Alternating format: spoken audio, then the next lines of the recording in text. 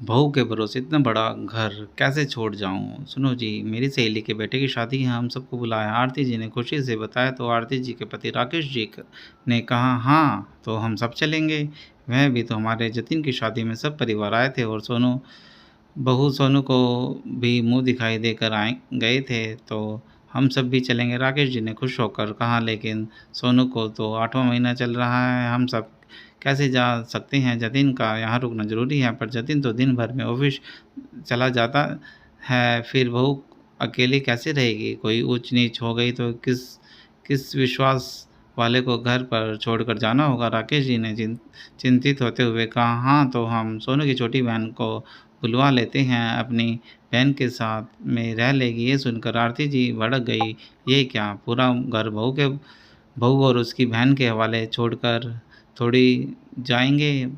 बहू पर तो भरोसा नहीं कर सकते, पर उसकी बहन पर कैसे करेंगे? घर पर उसका तो कोई अधिकार भी नहीं है। अभी 1.5 साल पहले ही तो शादी होकर आई है, उम्र हो गई फिर भी कैसी बात करते हो? तो फिर बहू को उसके मायके छोड़ देते हैं, लेकिन यह भी नहीं कर सकते क्योंकि 8वें महीने बाद गर्भवती स्त्री घर से बाहर नहीं निकलती, वह मायके भी नहीं जा सकती। आरती जी को कुछ समझ में नहीं आ रहा था। फिर उसने सोचा, एक काम करते हैं, हम तनु को उसके ससुराल से बुला लेते हैं, वह अपनी भाभी के साथ रह जाएगी। घर की वह बेटी है, उसका तो पूरा अधिकार बनता है।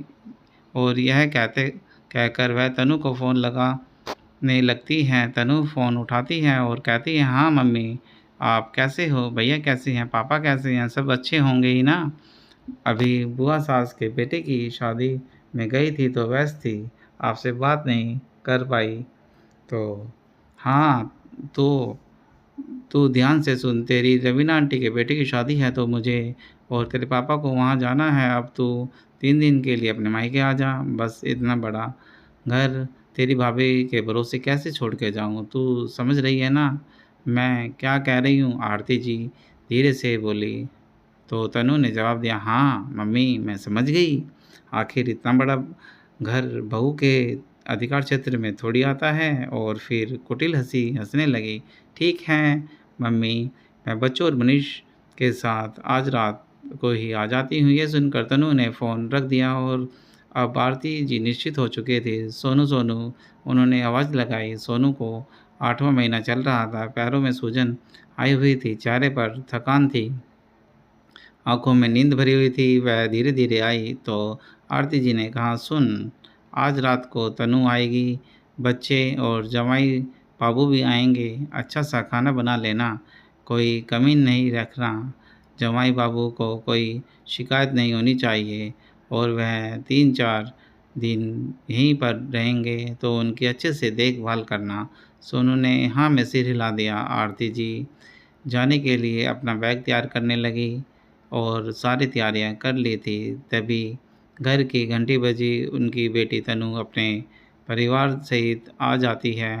बेटी को देखकर आरती जी का चेहरा खिल जाता है। सोनू सबके लिए खाना परोस देती है। सब खाना खा कर सो जाते हैं। फिर सोनू रसोई के बर्तन साफ कर के रख देती है। रात के 11 बज जाते हैं। वह सोने के लिए जा रही थी, तभी आरती जी आती हैं और कहती हैं, सुबह जल्दी उठकर हमारे सफ़र के लिए पूड़ियाँ और सब्ज़ी बना देना और सुनो, 6 लोगों के लिए बनाना देना, हमारे साथ 4 लोग और जाएंगे। सोनू सुबह से थकी हुई थी और वैसे भी 8वें महीने में शरीर भारी हो जाता है तो खुद के वज़न से भी परेशान हो गई थी और घर के कामों का भी सारा वज़न उसी पर डाल दिया था। अगली सुबह उठकर उसने सारा खाना बनाकर पैक कर दिया। आरती जी के पति शादी के लिए चले गए। सोनू थक कर बैठ गई। तभी तनु की आवाज़ आई। तनु ने आवाज़ लगाई कि भाभी, गरमा-गरम चाय बना दीजिए और साथ में बिस्कुट भी दे दीजिए। फिर खुद ही रसोई में आई और अलमारी खोली और उसमें से बिस्कुट निकालकर फिर से अलमारी को लॉक कर दिया। सोनू देखती रह गई कि किस तरह से उसकी सास घर का अधिकार अपनी बेटी को सौंप कर गई है। वह कड़वे घूंट पीकर रह गई। चाय बनाकर जैसे ही सोनू ने फ्रिज खोला चाहा तो देखा वो भी लॉक था। वह समझ गई थी कि वह यह सब उसकी सास का ही किया धरा है। तभी तनु आती है और कहती है, भाभी फ्रिज में क्या चाहिए आपको, मैं वो निकाल कर देती हूँ। जतिन भी हरकतें देखकर हैरान रह जाता है, पर घर में तनु और जीजा जी दोनों हैं तो इसलिए वह भी चुप हो गया। सोनू खाने की तैयारी करने लग जाती है। पूरे दिन वह जमाई बाबू और बच्चों की खातिरदारी में लगी रहती है। रात को तनु को फ्रिज में से दूध निकालना था। वह फिर से फ्रिज खोलती है लेकिन फ्रिज बंद रहता है। वह तनु से चाबी मांगती है पर तनु चाबी ना देकर फ्रिज से दूध निकाल कर दे देती है। सोनू इस हरकत के बारे में जतिन को बताती है और कहती है, घर के प्रति बहू के सिर्फ कर्तव्य ही होते हैं क्या, कोई अधिकार नहीं होते। मैंने ससुराल के प्रति अपना हर फर्ज निभाया है और मम्मी जी ने मुझे आज भी पराया ही समझ रखा है। सुना था कर्तव्य निभाओ तो अधिकार मिल जाते हैं, पर यहाँ तो सारे अधिकार शादीशुदा बेटी को ही मिले हुए हैं। फिर मैं इस घर में क्या कर रही हूँ। वैसे भी मुझे 8वां महीना लगा हुआ है। दीदी को सपरिवार यहाँ बुलाने की क्या ज़रूरत थी। क्या 2-3 दिन में आपके साथ अकेली अपनी मर्ज़ी से नहीं रह सकती थी।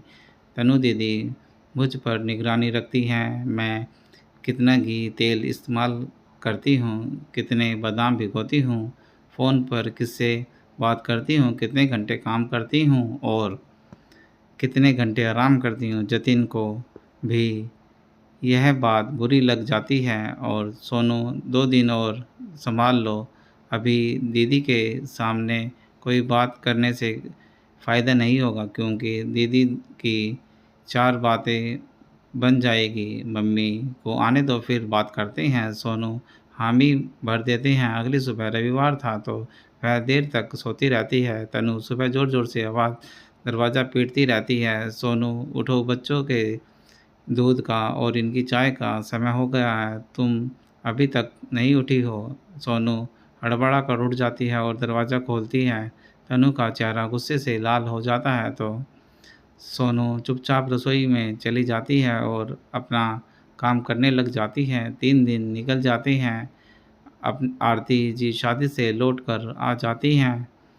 तनु आते ही अपनी माँ के कान भरने लग जाती है। यह सब सुनकर आरती जी का पारा चढ़ जाता है। वह सोनू से कहती है, सोनू यह क्या, तूने नंद का जरा सा भी मान नहीं रखा, देर तक सोती रही और घर भी नहीं संभाला। आखिर किस अधिकार से तू इस घर में रह रही है। मेरी बेटी और जमाई का सम्मान नहीं कर सकी तो तुझे भी इस घर में रहने का कोई अधिकार नहीं है।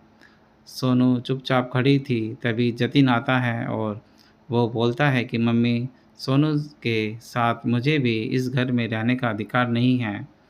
मैंने भी अपनी पत्नी के अधिकारों की रक्षा नहीं की। ये सुनते ही आरती जी हंसने लगी। भला पत्नी के भी क्या अधिकार होते हैं। ये बहू है और इसे इस घर में मेरी मर्ज़ी से ही रहना होगा। एक बहू अपने ससुराल वालों के प्रति बस अपने कर्तव्य निभाएगी, उसकी यही ज़िम्मेदारी होती है। तभी जतिन ने कहा, क्या माँ बहू के सिर्फ़ कर्तव्य ही होते हैं, अधिकार क्यों नहीं? आप जिस खुशी से बहू को घर में लाई थी, आपने वो खुशियाँ तो इसको दी ही नहीं। आप आज भी तनु दीदी के इशारों पर चल रही हैं। सोनू ने अपने ही घर में पराये जैसा व्यवहार क्यों किया जाता है? उसे हर काम के लिए दीदी से पूछना होता है।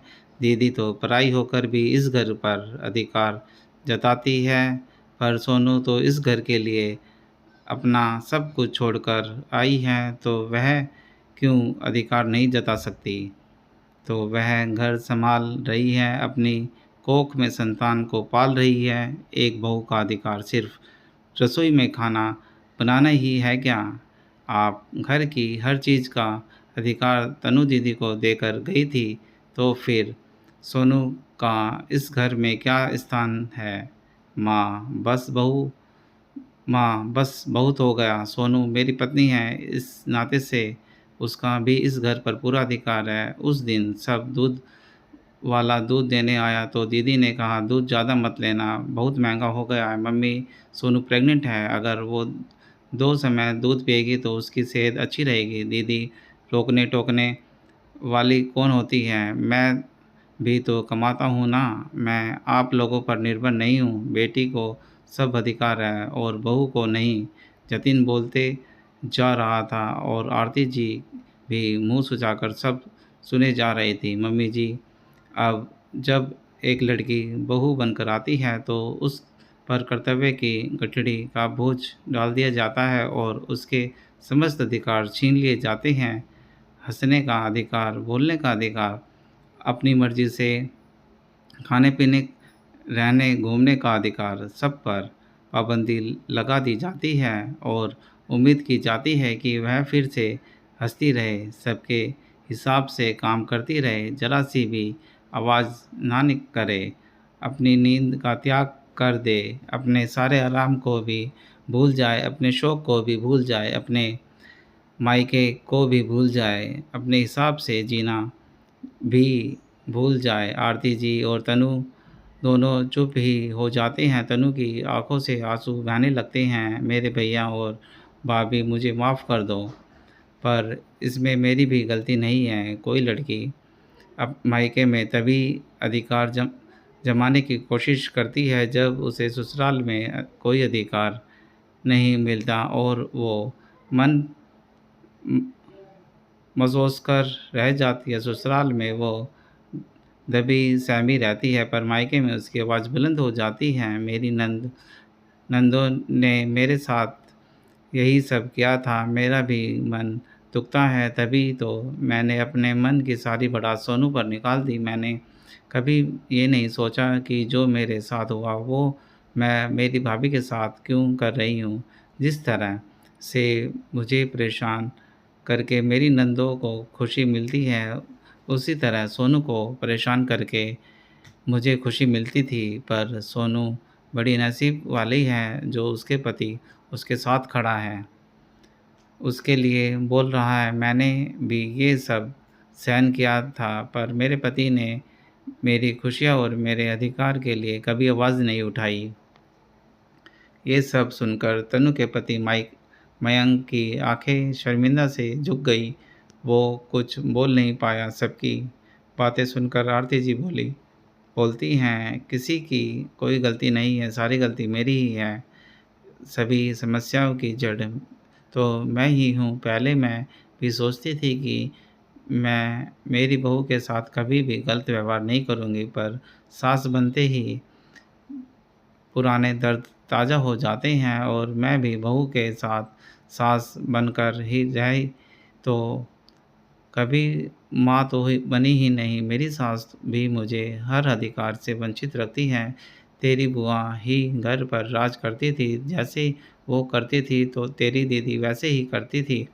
बहू ससुराल के हर कर्तव्य में इस तरह बन जाती है कि अब वह अपनी मर्ज़ी से जीने और साँस लेने ही भूल जाती है। एक बात कहूँ बेटा, आज से तू अपनी पत्नी की तरफ बोला तो मुझे गुस्सा नहीं आया। आखिर एक पत्नी को, एक बहू को घर में सब अधिकार मिलने चाहिए। हम सास, बहू, नंद आपस में ही एक दूसरे का अधिकार छीन रही हैं, एक दूसरे को नीचा दिखा रही हैं। महिलाओं महिला ही महिला की खुशियों की दुश्मन बनती जा रही है। अगर हर महिला सोच ले कि जो मैंने सहा है वो कोई और नहीं सहेगा तो सबको खुश रखेगी तो हर घर में सुख और खुशहाली होगी। आरती जी सोनू को गले लगा लेती हैं और तनु को अपने घर के लिए विदा कर देती हैं और सोनू अपने पति जतिन को धन्यवाद देती हैं, जिसकी वजह से उसे ससुराल में सब अधिकार मिल जाते हैं। Thanks for watching.